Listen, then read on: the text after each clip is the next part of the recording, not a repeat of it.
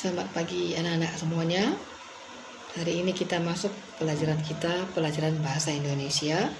Materi kita hari ini ada 5 ya. Pertama, menentukan ide pokok dan informasi penting pada teks non-fiksi. Yang kedua, membuat ringkasan informasi penting dalam bacaan. Yang ketiga, membuat peta pikiran untuk menjelaskan isi bacaan. Yang keempat, membuat pertanyaan berdasarkan teks. Yang terakhir, yang kelima, membuat tulisan non-fiksi. Nah, mulai dari pertama yaitu menentukan ide pokok dalam informasi penting pada teks non-fiksi.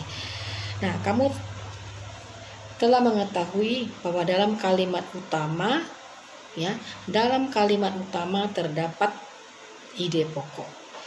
Ide pokok itu dengan pikiran pokok sama, yaitu apa? Ide yang menjadi dasar pengembangan dalam sebuah paragraf. Nah, oleh karena itu ide pokok terdapat dalam kalimat utama. Ya, dalam kalimat utama, ide pokok ini bisa terletak di awal, di akhir, ya, bisa juga di awal dan akhir ya sebuah paragraf. Jadi bisa di depan, bisa di belakang. Itu terdapat kalimat utama ya, kalimat utama ya. Nah, informasi, apa itu informasi? Informasi adalah kabar tentang suatu hal. Informasi adalah kabar tentang suatu hal. Nah, suatu hal apa? Misalnya peristiwa atau kejadian.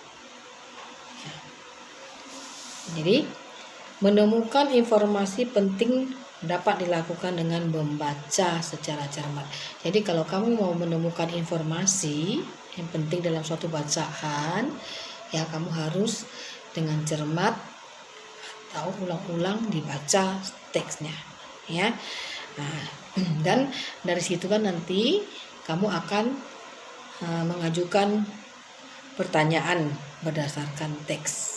Jadi jawaban atas pertanyaan-pertanyaan yang diajukan adalah informasi yang berhasil kamu temukan. Jadi informasi itu kabar tentang suatu hal, peristiwa atau kejadian. Jadi untuk menemukan informasi itu kamu membaca secara cermat, ya, sehingga kamu bisa membuat pertanyaan. Ya. Nah, bagian yang kedua, membuat ringkasan informasi. Ya. Apa itu ringkasan? Ringkasan itu adalah penyajian sebuah bacaan secara singkat. Penyajian sebuah bacaan secara singkat. Jadi ringkasan paragraf itu hanya mengandung intisari, yang pokok-pokoknya saja ya. Nah, membuat ringkasan informasi dapat dilakukan ya beberapa langkah. Di sini ada langkahnya. Ya. Kamu memahami dengan baik isi bacaan ya yang akan kamu ringkas. Jadi kamu harus baca sedetailnya.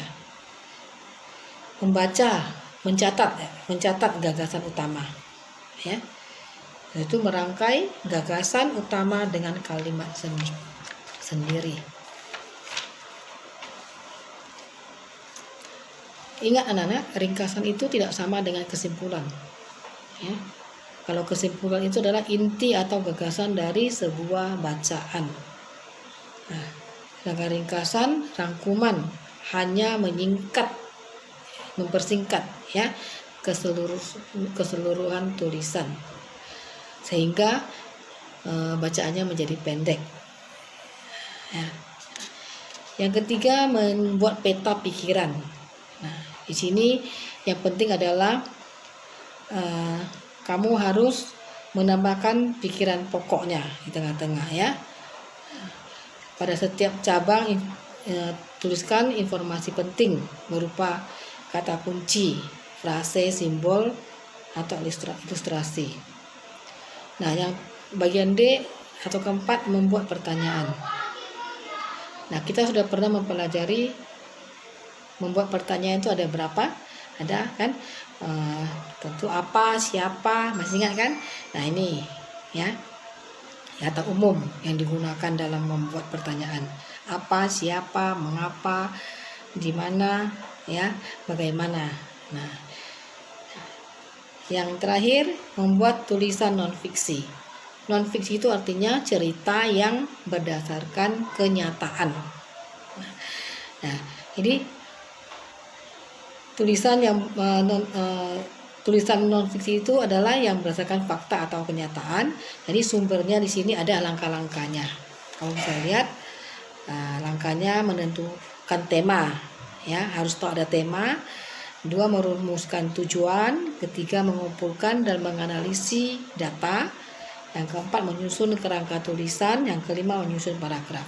Nanti kamu bisa baca lebih jelas karena Ibu tak mungkin menjelaskan sesingkatnya atau menyingkat.